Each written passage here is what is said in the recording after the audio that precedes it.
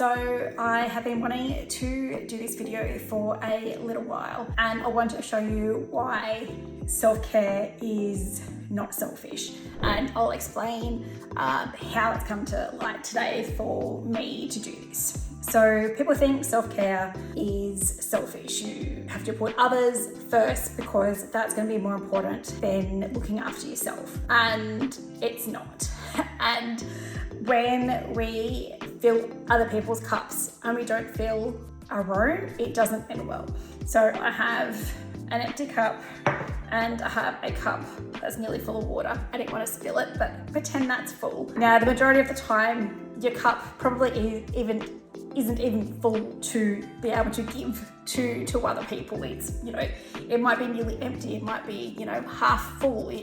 Half full, half empty, depending what your perception is. But for this purpose, say that you do have that full cup. And the example that I'll use is going through just a normal day. So you wake up, and then the first thing you might be doing is making sure that the kids have their breakfast, getting ready, and getting them off to school. So there's some of that. Told you I was gonna spill it. And then you get to the office, and then you might be straight into a client meeting. You might be having to have a team meeting. You might be doing something. So you've woken up, all you've done is do stuff for the kids. You might have grabbed a cup of tea or a coffee in there. So you might have done something small for yourself, but then you've hit the office and then you lost more. And then you may have to leave the office early to go pick up the kids from school. Maybe you've had lunch, maybe you haven't, maybe you've grabbed something really unhealthy like McDonald's or something, and then so there's a little bit more. And then there might be after school sports. So you might be running around, picking kids up, dropping kids off, waiting hours for your child to finish sport. And, that's obviously completely fine. Kids are entitled to do that. But again, you're losing your cup. Then you get home, and then there might be tea, there might be washing, there might be ironing the uniforms for the next day. It might be, doing the dishes after tea. It might be doing whatever. And then you do that again. So there's not much water left. Then it might come to the end of the day and you are so completely exhausted that you just go to bed. You might have a quick shower and go to bed. You don't take, a moment to perhaps journal. If you journal, read, whatever your relaxation technique might be, you've probably just gone that whole day with doing very minimal for yourself. So then you wake up the next day and you do it all over again. So the reason that I'm showing you this is because I need to practice what I preach, because I've been pretty close to having my body drop me on my ass. So I've had it happen multiple times because I keep ignoring what the signs are. So it might be a bit of a sniffle, you might be feeling a bit tired, you're not quite feeling yourself, and that's usually your body starting to tell you, I'm giving you these signs. If you don't stop, I'm gonna drop you on your ass. And that has happened to me multiple times, especially when I first went out in business on my own. I would lose my voice about 3 times a year, and I would completely lose my voice. There would be no sound whatsoever. There was no sound even in a whisper. So when it was only me and I had no employees, I couldn't answer the phone for weeks because I literally didn't have a voice. So I felt fine, just did not have a voice, and it took me probably a couple of years to realize, right, this is becoming a bit of a regular occurrence. What's happening? Other times I've just been really, really dropped on my ass, and I've been sick for, a couple of weeks, crying, nauseous, not been able to do anything at all. I haven't been able to take my kids to school. I remember trying once to try and take my kids to school, and I was so incredibly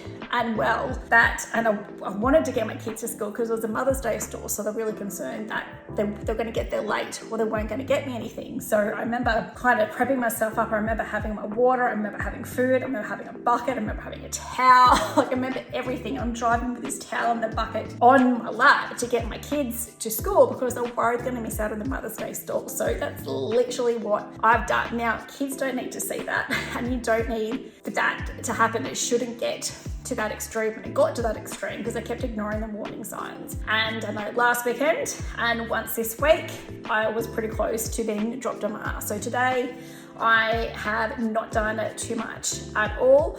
I will be going, well, kind of pretty well been watching TV all day to fill up some CPD points, which I will share once I have graduated as to what that means. But there is not much that I have done. I might have gone between the computer and the kitchen and ducked outside for a little bit, but that's about it. So unless you want to keep getting dropped on your ass and not being able to be there for your kids, your family, whatever it might be, you need to make sure you take that time out. So I'm going to be making sure that I go back to reading. So I used to read when I was at school pickup, so waiting for the kids to come out of school. There was probably about half hour there that I could read. So instead of scrolling social media, probably getting triggered by something, I'm going to go back and I'm going to read. We used to read of a Sunday afternoon in the lounge in the sun, so I'm going to go back to doing that. The girls have gone back into drawing. Well, they've always have, but I used to and I got really slack, so we're going to incorporate drawing. So whatever that is for you, you need to make sure you do a little bit of that, because if you keep emptying your cup every day and there's nothing going back in it, you will likely get dropped on your ass. And there's probably only so many times that your body is going to go, right, here's a hint, you haven't listened, and you could be sick for days, for maybe even weeks. So please make sure that you do prioritize self-care, because if you can't do that for yourself, you're not going to be there for somebody else. Incorporate it in with your kids. They want to go to the park. If it's doable, walk to the park. That could be it. It might be just getting that walk into the park while the kids play. It might be reading a book. It might be just taking yourself off social media. So, you may have time to read. It may be leaving your phone in another room. So I've been doing that. So my phone is not even in the same room when I'm with my kids, because I want to be present with my kids. I've taken notifications off my phone. I've now taken emails off my phone. So those things aren't triggering me to keep looking at my phone. Whatever that is for you, I highly recommend that you start to make those little changes, because otherwise your health is going to be greatly affected, and then you're going to be no use to anybody else. So if anyone has any tips on maybe how they incorporate a little bit of self-care every day, I would love to hear it. And please make sure you take some time to do something for yourself today. Other than that, please stay healthy, and I will catch you next time. Bye.